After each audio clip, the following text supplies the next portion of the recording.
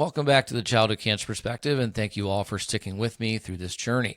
One of the cool things that I've been able to talk about on this podcast is that there is a love-hate relationship with social media. And the love side of that is that I get to meet some really cool people, meet some really cool families, and be able to share their stories as well in a platform where they don't have to worry about whether or not that ban is going to come down and take their videos away.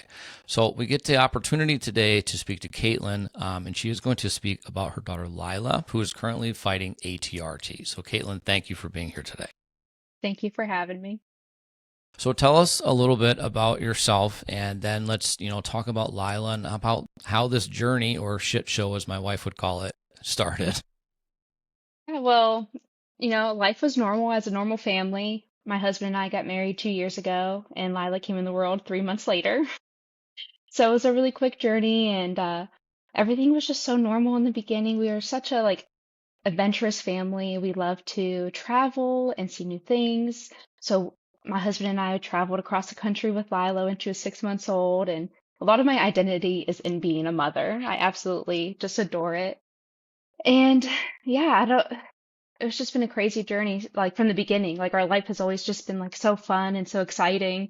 And now it's, not fun, but it is still a very crazy, exciting journey.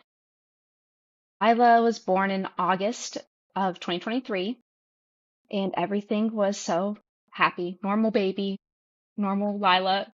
She's hit her milestone so early. When she was 9 months old, I found out I was pregnant again with her little brother, William. And that was just, not expected, but we were like, okay, we're here for the ride. And the day that I went into labor, we said goodbye to Lila that morning. It was like 4 a.m. and she was already awake. She was like, Mommy, go back to sleep, Lila. She is so, so sweet. But I think she knew that day was going to be a day forever marked in our brains because she was, like I said, up at 4 a.m. She gave me a hug goodbye. And that day is the day we found out that Lila had a brain tumor. We were at the hospital, and my husband and I were in the delivery room, and it was like 8 a.m. and I was like, we haven't heard from your mom. You need to text your mom and ask if Lila's okay. And it's because Lila had a seizure and she was in the ER and we didn't know it. And so he texted his mom, but she didn't tell us anything at that time. They waited until they had answers, and the doctor came and told us at noon, I'm so sorry to tell you, but your daughter has a mass in her brain. And I was 8 centimeters dilated.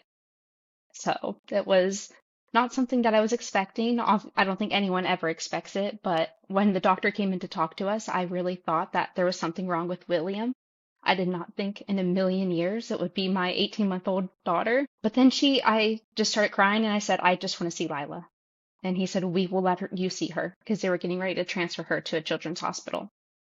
And she came up to our room, happiest little girl ever. She is just playing with everybody, playing. I'm like, Lila, give mommy hugs. She did not want to sit down anywhere near me. She wanted to talk to the nurses. She was laughing. So it made me like breathe. She's okay.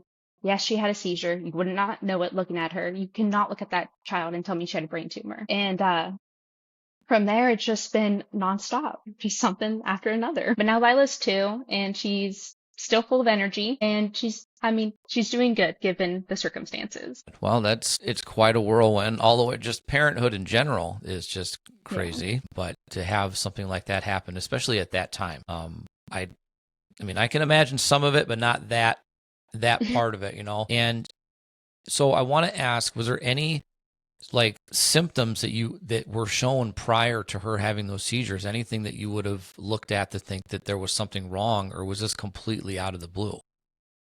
So obviously I can go back and I will point out things and my husband will say, no, that's a normal toddler behavior. Like a couple weeks before she had her seizure, she was tilting her head to one side constantly. She just kept doing this, on her tumor side. And I just kept thinking, that's so weird. And my husband noticed it too, but now looking back, he doesn't think that was a sign, but it is. It is a sign of a brain tumor. And the only other thing is that she was so lethargic. She just wanted to snuggle all day long. And I was, 36 weeks pregnant, and I remember her being really cuddly, and everyone just kept telling me it's because the baby's coming. She just wants to cuddle with you because she can sense the baby's coming. She's just not feeling good because she knows that Like kids can sense that. But I mean, looking back, I'm like, was that a sign? She had a pediatrician appointment 2 days before her brain surgery because it was just her normal 18-month checkup. And I remember being in that appointment, and our pediatrician had already seen everything in the chart. He saw us there, gave us a big hug, and sat down and was like, last night, he said, when I saw that everything that happened, he goes, I went through all of her records. And he goes, I looked and I looked and I looked. And he's told us, he said, you did not miss a thing. There was nothing that could have told you she had a brain tumor. He goes, she's been a normal, happy baby. So were there little signs? There might have been, but she had no throwing up. She had no signs of illness. Just one day she had a seizure. And honestly, I can sympathize and empathize because I know my family's been through this. We've been through this with our daughter, and I know for us, it was always, now it's kind of go back and look at pictures and go, okay, maybe something was there. Maybe something was there. But absolutely, as parents, there's nothing that we could have done more to catch what was going to happen, because as much as the medical community doesn't want to immediately jump to a conclusion like that when you come in with constipation or headaches or whatever, you're not going to as a parent either, or you don't want to. And so you're not going to say, okay, well, this is what it's got to be. I mean, especially me. I mean, I was in denial all the way up until the moment that we were told, yes, she has a mass. And they're very careful, at least for us, and I'm assuming too, is that they call it a mass. There's a mass in there. There's a mass. And I mean, until for us, then the neurosurgeon came in and said, I know exactly what this is, but I have to get it out to confirm. And it's scary, but you're in that position where you put all your trust in the medical community, and you put all your trust in that and your pediatrician, and they go back and they do their due diligence. Ours called us as soon as the diagnosis came and said, I'm so sorry that I didn't catch this. But yeah, what was there to catch, right? What was, and that's the unfortunate thing, is that we're part of this pediatric cancer community, but we are also part of this elite group. And when you think of elite groups in your life, you want to be a part of elite groups. Absolutely. Not this one. And that's the brain cancer elite group, part of childhood cancer, because it is the most misunderstood, I think misdiagnosed. There's not enough tools in the toolbox to fight this type of cancer in children. And none of us as parents, when we get that diagnosis, do they come in and say, hey, they've got a great shot, we're going to take care. They're going to do everything they can, right? And you're not given. I mean, I know our oncologist sat in front of us and said, this is what it is, and the outlook's not good. And then he walked away. Like, that was it, and what about, hey, we're going to work on this. We're going to find a way. The truth is, I just don't think that the tools are there. I don't think it's a doctor issue. I don't think that they don't want to help. I think they don't have the tools to give us the opportunities. And some of these kids do really well. Some of them don't do really well. And the reality of it is that the medicine doesn't transfer sometimes. You get, depending on what hospitals you're in, they have different opportunities. We're in Milwaukee, and that's where we were treated. I think you're treated at CHOP, correct? We're at Duke right now in North Carolina, but we are going to CHOP for radiation. Okay. And they're in all of those different locations, right, will have different options or different tools that they're able to use and give you, I don't know necessarily different outlooks, but different, abilities for you to treat your child. But honestly, I guess that would be a question then, with your oncology team, with the tumor board, which I don't know, I hate the name of it, but, number one, we're not ever a part of it, which I don't like. Yeah. I wish as parents we were able to sit there and, and not just get the word afterwards. But what have they given you as far as not necessarily outlook, but maybe options to be able to be treated and where your best options are? One of the, in the beginning, I felt like no one talked about like prognosis. No one told us what it really was going to be like. They just said, this is the protocol that we follow. But no one told us what her chances were until we talked to our transplant doctor here at Duke. And he went over the graph with us and said, so with the protocol treatment, which is ACNS 0333, she has a 50% chance of survival.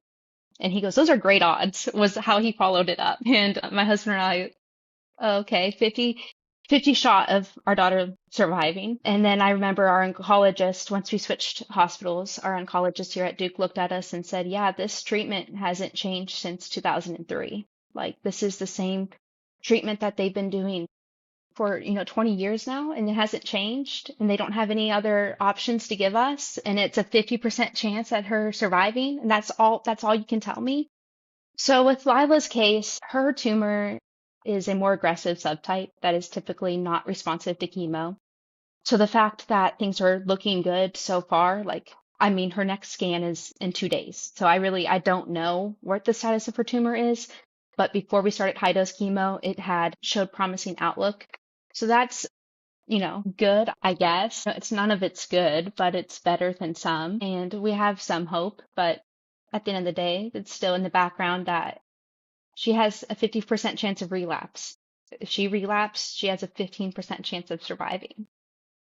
And so we'll know here in 2 days if the chemo worked, if radiation is going to be helpful.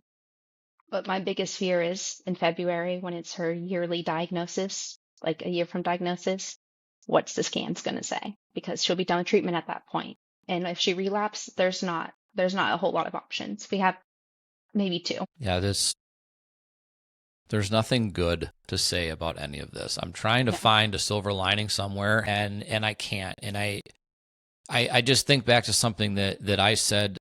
I sat in this very room literally the night before our daughter passed, and I made a video and having no idea what was going to happen. And somebody had commented on social media saying, if a child only has a 15% chance to survive this, why would you put them through treatment? Why would you put them through any of this aggressiveness? And my answer to that, and you can agree or disagree, is that a 15% chance to us, we're going to take all day because there's a 100% chance that we know what's going to happen if we do nothing. Exactly. And so, 50% survival rate, 50% whatever.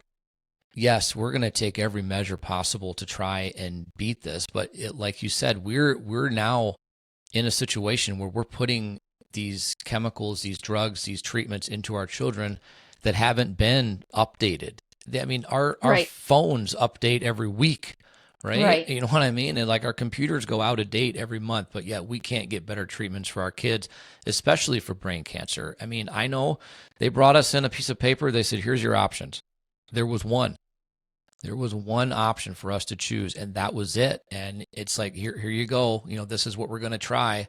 And we've reached out to, I think that they confirmed with Seattle Children's and Sick Kids in Canada to try and get an idea. There was nothing else. And second opinions were the same thing. Yeah, that's the best option we have. But, we're put in a position as parents, to make these decisions often on the fly in the middle of the night without the opportunity to, Google everything, which can be a nightmare for parents. I would tell you not to do it, but we all do it. That's the first thing we did when we got the diagnosis, as we were on the internet trying to figure out, okay, well, this is good, this isn't good. And what do we do from here? Honestly, what do we do? And what do we do in those positions when they're saying, okay, this is your option. If it doesn't work, then we'll have to have a conversation. But what is the conversation? That's what they kept telling us too, was they didn't really give us an option. They just told us what the treatment plan was. And then when I mentioned well, what if relapse happens? They go, we'll talk about it when it does.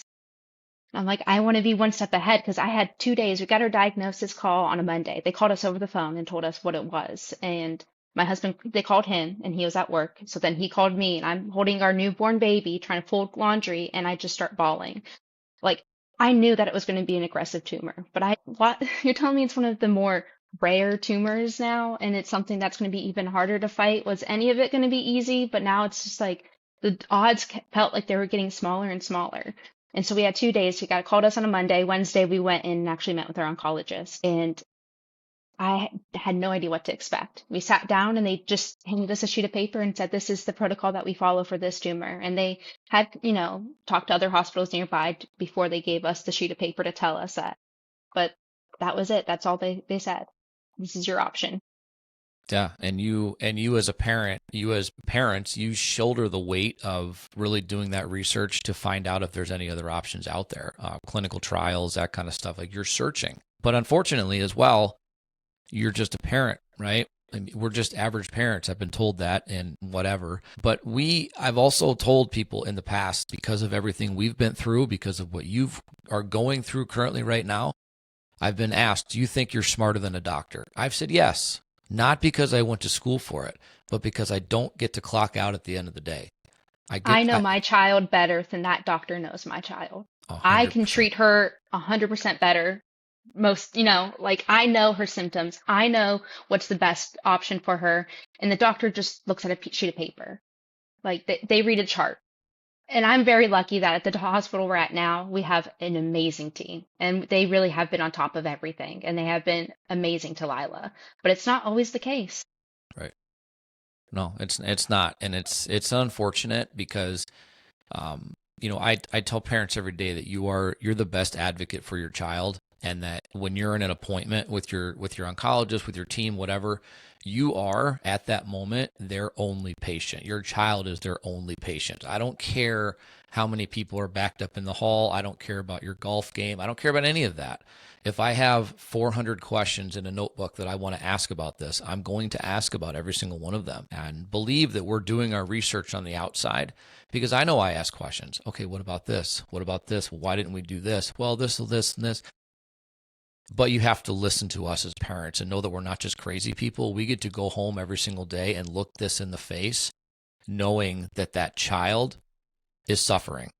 And they don't understand as much as, listen, these kids, they know a lot more than we give them credit for. Their first words at this point are chemotherapy drugs. You know what I mean? They know what this stuff is. They understand what happens when they're going to the doctor. Some of them, our daughter would flush her own port, they give her the syringes and let her do it. And that's their control, right? But when we go to the doctor, it's like we're asking these questions. We need you to respect and accept that we're not trying to make you look stupid or undermine your authority. We're trying to do what's best for our children. And our hands are tied in the sense that I can't call another hospital and ask them to do this or that. I need you to help move that along. Exactly. If the best place for me to be is somewhere else where there's a team that maybe understands this better. Yeah, exactly. Now, and I will kind of jump onto this part of it, when our daughter was diagnosed, and we felt like we were on an island. Like we knew nobody else in this community. And I will be the first one to say that I was ignorant to the fact of how prevalent this disease is within kids. No idea that once you become that parent, you're not a cancer parent until the day you are. Once you become that parent, you're reaching out, you're looking for that support. How quickly did that support find you, or did you find support to be able to help you navigate this journey? I was honestly blown away by the amount of community support we had gotten. I was the same way where I never really fully understood childhood cancer. I remember like scrolling on Facebook and I would see a post and I would scroll past it because it made me uncomfortable and I wouldn't read it. Now I stop for every single one. But our support, I was honestly blown away by. I recently moved to North Carolina last year with my husband. He's from here. He grew up here. This is his world. And when we moved here, we had joined a church just like I wanted to go back and we just walked in as strangers. And so we had been going to this church for less than a year when Lila got diagnosed. And immediately, we had a meal train. We had meals for 3 weeks at our door. We had we hit our goal on GoFundMe within 24 hours. We had to raise it because we hit $5,000 in 24 hours. And my parents were like immediate to want to come out here to be here with us. My husband's parents were immediately like, what do you need us to do? We'll do whatever you need. All hands on deck. I mean, the community that we had behind us, I never expected because I grew up all over the place. I've never had a sense of community. I've just lived wherever my parents moved me to. And I've had to make my own community growing up. So to just be in a very small town where everybody knows our name, everyone knows Lila now. She's like the poster child of our town. It was really like amazing. I've never seen people come together so quickly to support somebody, especially not everyone knew Lila. Like they saw her face, but they didn't know her, but they were so quick to help in any way that they could. And that has blown me away. And now online, I started posting about her and same thing, like skyrocketed the amount of followers that I have gotten and feeling that support from people I've never met on the internet, sending me care packages for Lila, sending me letters for Lila. Like I cry almost every time I get one because I just can't believe that somebody that had never met us would want to help us.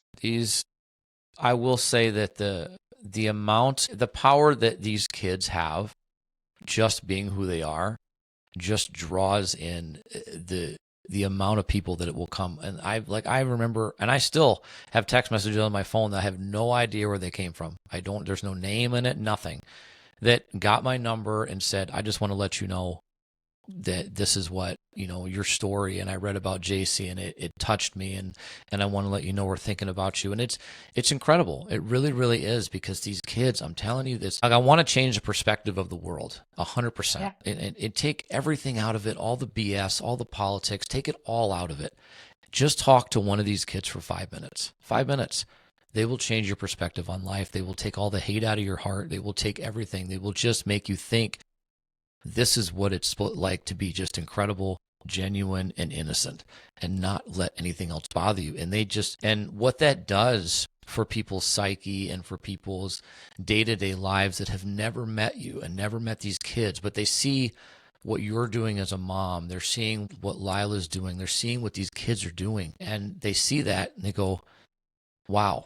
And what am I so worried about? What am I so angry about? You know what I mean? Like, even now, I mean, obviously it's double, because once you're in this, it hits even harder. But, I've made the joke before, the man flu is a real thing. Okay. It's a real thing. We're big babies. I get it. But now that I've been through all this, it would take a Mack truck to make me say, I'm sick. I'm sick. I need to go to the doctor. I'm sick. I need whatever. Because I looked at what my daughter went through and what all these kids went through, and I'm like, what the hell am I bitching about? Like, what is so bad about anything right now? And then it just comes to what you see on the outside. And I just want the world to calm down and just understand that there's a whole population of kids that are fighting the worst fight of their life. And they're doing it with a smile on their face. And they're doing it thinking, why is everybody so upset? Like, Yeah. I just want to be a kid. I just want to have fun. And it's incredible but all that coming together is that support from your community, that support from the internet. Social media, like I said in the beginning, it's love, hate. It really is. Yeah. And you will also find a lot of internet and TikTok doctors out there that will tell you what you did to cause Lila's cancer, Yeah. what you did wrong. Apparently, me feeding her McDonald's is going to cause her to die, and I should, that's my fault if she dies, not the cancer. Right. The grade 4 tumor in her brain. That's not what's going to cause her death. But I gave her chicken nuggets, so Oh, it's 100%. that's, yep. 100%. Yep. My daughter, it's her fault, because at one point she put food dye in macaroni and cheese because she wanted pink mac and cheese. And she was called out on the internet for, you caused your sister's cancer because you did that. It really is truly incredible. Honestly. It really is truly incredible that the amount of people that have medical degrees Yeah. from the University of Stupid. It's incredible. But listen, you take it with a grain of salt, and a lot of these times you want to clap back at them and make whatever. And I did a lot of it. Okay, scroll back in my TikTok. I did a lot of these videos calling people out, and it gets to the point where they're not worth your time. It's not worth my energy. My daughter is worth my energy, not these stupid people that will never understand. So. And the reality of it is, what I'll tell you right now, I don't personally want people to understand what we feel, what we're going through every day. I just want you to understand that there's a real problem. There's a real issue. Our kids are going through something that, as parents, like, our number one job is to protect our kids, right? That's what our job is. And from this, we couldn't stop it from happening. There's very little, I don't care, again, what the internet doctors say, there's very little that we can do to prevent these types of things, especially brain cancer in kids. Nobody understands why it happens. I mean, unless, you're not living under power lines and you're not, whatever, it doesn't matter. There's a million different things. Kids with liver cancer, they weren't at the bar 4 nights a week. Yeah. Right. Yeah. Kids with lung cancer, and it happens, they're not smoking 2 packs a day. I mean, it's like, you can't associate all of the things that you can with adult cancers, and not all the time. Okay. Sometimes that stuff is just crap luck, but for kids, it's almost always crap luck. It just happens, and there's no rhyme or reason for it. I asked our oncologist that very question, like the day we got the diagnosis. I said, why? Why her? Like, why did this happen? And she just looked at us and was like, it's just your luck. It's just, I don't know. It's just spontaneous. She just happened to get it. because with childhood cancer, it's genetic mutations. It's not anything that I did, that Lila did, that my husband did. It just happened they don't know why. They really don't. It's just random mutations that happen. And it's not hereditary. Some childhood cancers can be hereditary, but Lila's is not. It just randomly happened. And even if it was, it's still not my fault that she got it. It's not anyone's fault. And I was going to, when they were, and I'll ask just because of our own personal experience, but when we were in the hospital and they did this tumor resection, and then they came around and asked if they wanted us to do genetic testing for both my wife and I. And our first question was, is that genetic testing going to show a probability of where this cancer came from? And they said not necessarily, and we declined because we said we don't want to find out that it came from one side or the other and then have that lifelong resentment towards each other for what's happening with our daughter. Right. The only thing that was our concern was for our new baby. We just had a baby and our oldest had cancer. So we did do our genetic testing. They said genetic testing was good for ATRT to know what like subgroup you're dealing with. And so when they did the genetic testing on her tumor, they just did on her tumor and they said that her like deletion is not the one that's typically hereditary. So we did not do any genetic testing with my husband, me, or William.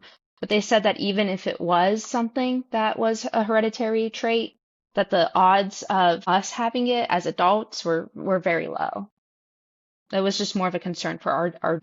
Sure. No, it's understandable. And like I said, it just, for us, it was really, really we do not want that to come between us because we have two older daughters too. And that was one of those things where it's like, yeah, we would love to know if there's any type of probability this could happen later on. But, we're at that point, you're still in shell shock, I think. And we decided to hold off and really just kind of focus on her treatment. And it wasn't actually until a year ago that I was able to finally get her tumor from 2021 actually sent to testing at CHOP and Gift from a Child to where it can be utilized to possibly come up with something for other kids fighting this down the line. And that's important, I think, is to be able to do that. And did Lila have a total resection of the tumor? She did. Okay. So her scans have been weird. No one can tell me an exact answer. She had a total resection, and then they did an MRI 2 weeks later because she had a seizure. And they just wanted to make sure, because after her seizure, she was, acting a little wonky. So they're like, let's just do an MRI to make sure her brain activity is okay. And when they did that MRI 2 weeks after surgery, they saw something. And so they noted it as potential tumor regrowth. And our oncologist was like, don't worry about it. Like, she just started chemo, so the chemo's not even working yet. Like, we'll just wait and see. Wait and see. Famous 2 words. Yeah. And 2 months later, after she finished her first 2 rounds of chemo, they did an MRI again, and they didn't really have any more answers for us. They just said, oh yeah, there's 2 persistent foci, so just 2 persistent spots in her brain that may or may not be tumor. So she was labeled as partial response to chemo. But they told us, like, again, don't worry about it because we'll just wait and see. We'll just wait and see what happens with the next high dose chemo. So that's the scan now that she's getting in 2 days. We're waiting on to see if the tumor is still there. Did it go shrink? Will she need a biopsy? Will she need another, I don't know. I have no idea. But I don't know how it can be such a common phrase amongst pediatric oncologists and people in that field to tell parents to wait and see. To me, absolutely not. I don't understand. I guess it completely blows my mind. I mean, I had a specific incident with this during a relapse with our daughter, and that doctor was no longer allowed to be around our daughter. And not because he did anything necessarily wrong. It was because he refused to get a test that I thought was absolutely necessary, that he wanted to wait till the morning. And she was essentially in a coma for 10 days. I said, no, we're doing it right now. This whole wait and see situation, that's the biggest issue, right? I mean, I'm not saying that adult cancers are treated in a way where they know all the answers all the time and this is what's going to happen. No. But adults can tell you how they feel, what's going wrong, what's going right. They can drive themselves to treatment. You know what I mean? Like, they have the ability to do what they need to do to live their life. Kids are in a situation where wait and see that shouldn't be even a thing. It should be around the clock trying to figure out how to fix this and make it better because, when we're dealing with, cancers like this, ATRT, I think, is one of the more rare type of brain cancers. It affects a very low, we're talking less than triple digit numbers. Choroid plexus carcinoma, that's what our daughter had. Again, lower than triple digit numbers affected every single year in the US. And the survival rate sucks. And it's not by any detriment to what these kids go through and how hard they fight it. It's the options. The options just aren't there. And you're searching and you're searching. And yeah, we're going to be internet warriors and Google doctors all day because we're searching for that one case that was treated 10 years ago in the UK in a hospital somewhere, that one doctor. And you do everything you can to find that one person that can say, hey, maybe this could be a chance. But at the same time, like I said before, 15%, you're going to take that chance because there's a 100% chance that we know what's going to happen if we do absolutely nothing. But it just drives me crazy that your best answer is, let's just give it a month. Let's give And it. it's crazy because the tumor is so aggressive. So when people were telling, like, why did you decide to do chemo? She had a full tumor resection. Like, why would you move forward with chemo? If you leave it alone, she could die literally in a month. That's how fast it would grow with no treatment. And even if she didn't get surgery, like literally, I don't know, because kids, it just overnight, things can change. It grows so fast. It's so aggressive. And you're telling me you're going to wait 3 more months. 3 months. That is a long time because the tumor in the first place probably was only growing for a month and it already got to a sizable, so you want to wait 3 months? They grow fast and things change quickly because with kids, like you said, you can't tell what their symptoms are. They just will play just as hard. Even if they're not feeling good, they play really hard. And so you're looking for every little sign. My daughter's 2. She can't tell me. She told me the other day she had a headache and I panicked because she pointed to like right where her tumor's at. And I'm like, but the doctors, they're like, she's just a kid. She's just 2. Like, you don't. But she knows. She knows when she's in pain. She tries her best to vocalize it, but you can't. You're looking for every little tiny thing that they do differently. Is that a sign? Because they play so hard and they just bounce back so fast that this is how tumors go unnoticed to begin with. Is because kids are just resilient to it all. Yeah, it's. I mean, and like I said, and like you said too, the symptoms can be, they're weird. They're sporadic. They don't necessarily draw you to think that something is majorly. Your kid gets sick, they throw up. They're kids. We all, when we're human, that happens. Or they wake up and they have headaches. I have headaches too. They're probably stress induced, but I mean, I have headaches too. And they get up and they live their day. And with these brain tumors, especially the symptoms are extremely strange. And like with our daughter, the symptoms were hit in the morning and then she's fine through the day. And then you think, what the hell is going on? And for me, and I can honestly say this with the most regret in my heart that I've ever had, is that I thought she was faking it in the beginning because I thought she didn't want to go to school. I thought she didn't want to be around whatever was going on because she would feel like crap. And then later in the day, she'd feel just fine. But then you'd pick her up from school and she'd say, my stomach hurts. And it's like, they were all over the place, but nobody looked at it for weeks and weeks and weeks and weeks to figure out, okay, this is what's really wrong. And then it takes a massive symptom, like her eye turns all the way in, like cross-eyed, and like, okay, we've got to get this checked out. And then you're rushed to a hospital 2 hours away, and you're in the hospital for 2 weeks as she's getting, brain surgeries, and you're trying to figure out what the hell's going on. And it's like, we're seeing all of this and we're trying to figure it all out at the same time, navigating just being a parent or navigating other children, right? Navigating, a newborn. And, you're trying to figure all this out and wrap your brain around it and think this can't possibly be anything but, whatever, and I don't know how prevalent this was when I was a kid. I'm 44, but you grow up and you get sick and like, we laugh about it now.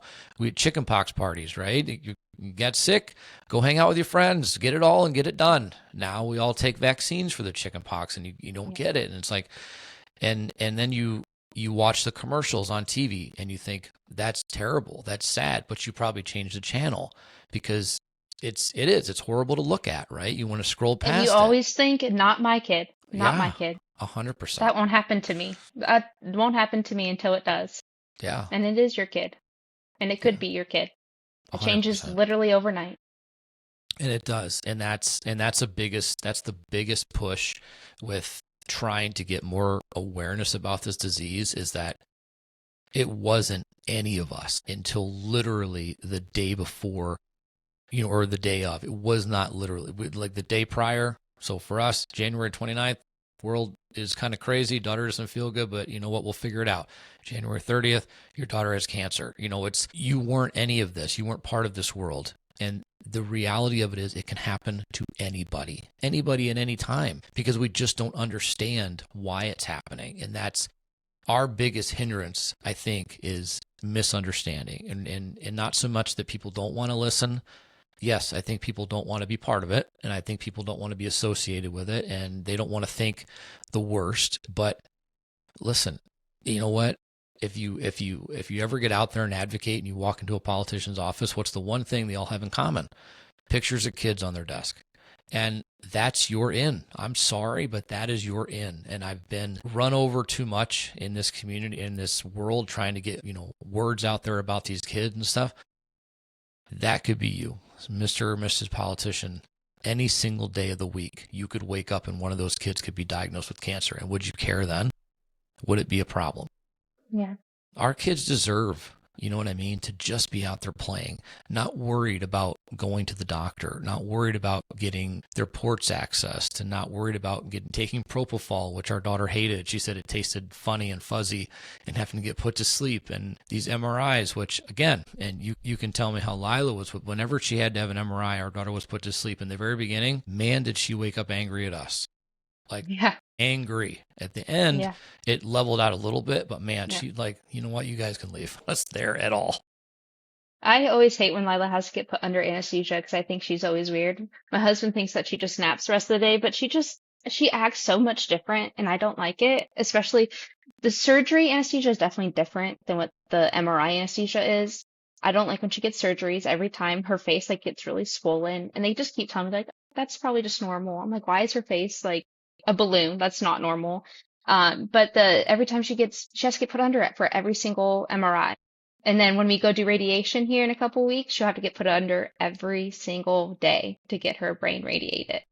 And that's a lot for a little kid to go through. So the rest of our day, once we do radiation, it doesn't affect her blood count. So we technically, could start doing stuff with her, but we won't be able to because she'll be put under anesthesia every day. So she's going to be off every single day. She's going to go through treatment.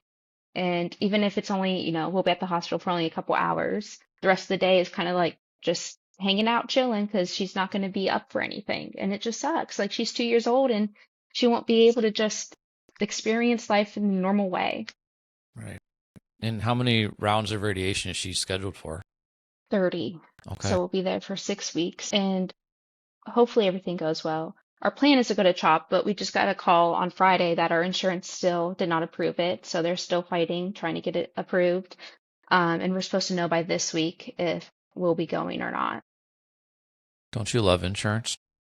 Yep. They know best, I'm convinced that any doctor that works for an insurance company, meaning the ones that deny or approve your claim, sold their soul. Because the thing is that, and you can attest to this too, but I know we've all in this community dealing with insurance companies that deem something not medically necessary, which is amazing to me. Not medically necessary, and then you question it by saying they're sending you the form saying it was deemed not medically necessary. And I've always called.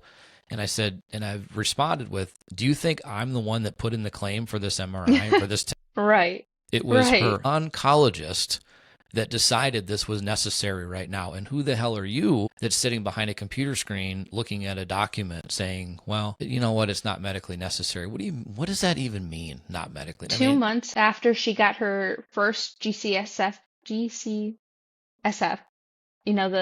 so 2 months after, we got a letter from our insurance saying that it would not be covered. And the reason she got it in outpatient, she got it in clinic that day, and she got it because she was supposed to start chemo on Monday, and it was a Friday, and her counts were too low. And you can't start chemo, and you have to be within 2 days of not taking that for you to start chemo, right? So they were trying to get it really stocked up so she could start at least by Wednesday. So like she won't be able to start Monday anyway, but maybe by Wednesday. And starting chemo right away is so important because this cancer grows back so fast. And yeah, we got the saying that wasn't covered, and we just handed it to our medical team, and they said that they would take care of it for us. I never got another bill, but I'm like, how am I supposed to argue this? I'm not the one that gave it. She's already got it. It's been 2 months ago. You want me to go back to what day was that in my brain that she received this? And also, even if she wasn't getting chemo, she would still need that boosts your white blood cells. That makes your body be able to fight against disease. And her counts were so low. You're telling me that wasn't necessary for her to be able to have enough white blood cells that a common cold wouldn't kill her? It's just crazy that insurance can look at things. And so far, I haven't seen anything since then. Our hospital does a really good job of calling them before it gets to us.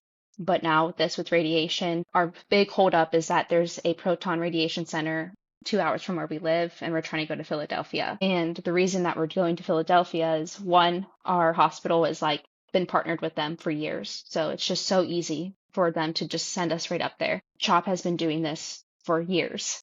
And the proton center that just got opened up in our state opened up last October. I've talked to another family that went there. They had nothing but good things to say, but they're like, yeah, they've done like 3 kids this year so far. And I haven't put my 2-year-old in their hands. They've done 3. What? I'm sure they're great. I'm sure they're a great facility. I would want to go somewhere that has experience with what they're doing and sees it every day. And CHOP is specifically a children's hospital, not just a big hospital that also can treat children. Right. Right. No, you're right on track with it. It's number one, you always trust your mama gut. That's what I've been told. I absolutely believe it, but that's what I've been told. And you go where you feel the safest and where you feel like your child is going to be treated the best. And it's, again, unless you have an absolute animosity towards a hospital or a staff, you're doing what's best for your kid. And again, they'll look at it and say, yes, they're probably better. They're better trained to do it. They've been doing it longer. And they're not going to have ill feelings, and that's where you go. That's where you go to get her treated, and that's nothing at all ever against any parent at all. If that's where you feel like you need to go, listen, we tried. We went to a different hospital to have radiations done because it was closer to our home and to have her chemos done. But any major surgeries and things like that, we knew we had to go to Milwaukee, and that was fine. That was understood. They worked together, and the teams were in communication, so that was good for us. But at the same time, traveling can be difficult with families, especially state lines are very difficult to do sometimes. There's a lot of red tape. We were in DC in February trying to get some things going that would eliminate some of that red tape and make it a little bit easier. And hopefully one day that comes to fruition so that we can just, you can take your kid where the best treatment is. And if that means CHOP or Lurie Children's in Chicago, or if you're going to New York or Texas Children's, wherever you need to go from wherever you are, should just be like 100%. There shouldn't be denials in place or red tape in place to stop you from doing that. Especially if you have health insurance through an employer, you're essentially paying into it. So you know what I mean? That's what it's there for. Yeah. And at the end of the day, isn't the cost going to be the same? It's the same treatment wherever she goes. And we're not asking for them to pay for our travel. We'll get it there. So that's my why can't we just go where we feel is best needed if it's going to cost the insurance the same anyway? But it's the state line. That's what it is. It's because we're going through state lines, and that's what makes it difficult. Yeah, it definitely makes it hard. And that's hopefully they'll be able to kind of find a way to smooth that stuff out, because that is, you want to go where and I'll tell you firsthand, and you again agree, I'm assuming treatment for a child going through cancer is extremely expensive. And if you yes, insurance is paying it, and a lot of insurances you are really good and they pay it, and you're not paying a lot out of pocket, and sometimes you pay none. But it's ridiculous when you get the bills and you look at them and think, how in the hell is anybody supposed to survive with the treatment costs that are like this? Yeah. That's crazy. The hardest thing for us has been my husband lost his job through all this. I was a stay-at-home mom, and he lost his job. And so we haven't seen anything on the treatment side of it, but we don't have an income now. We're very, very blessed with what we've gotten through like GoFundMe, and that's just what we use to pay our bills and to eat groceries, and be normal. But that's been the biggest like curveball is that through treatment with having a newborn and having a 2-year-old, we both needed to be present for our kids. It was not like he could still work with his job. It was too demanding. He could not, he had just gotten that job. He had just gotten it in November and she got diagnosed in February.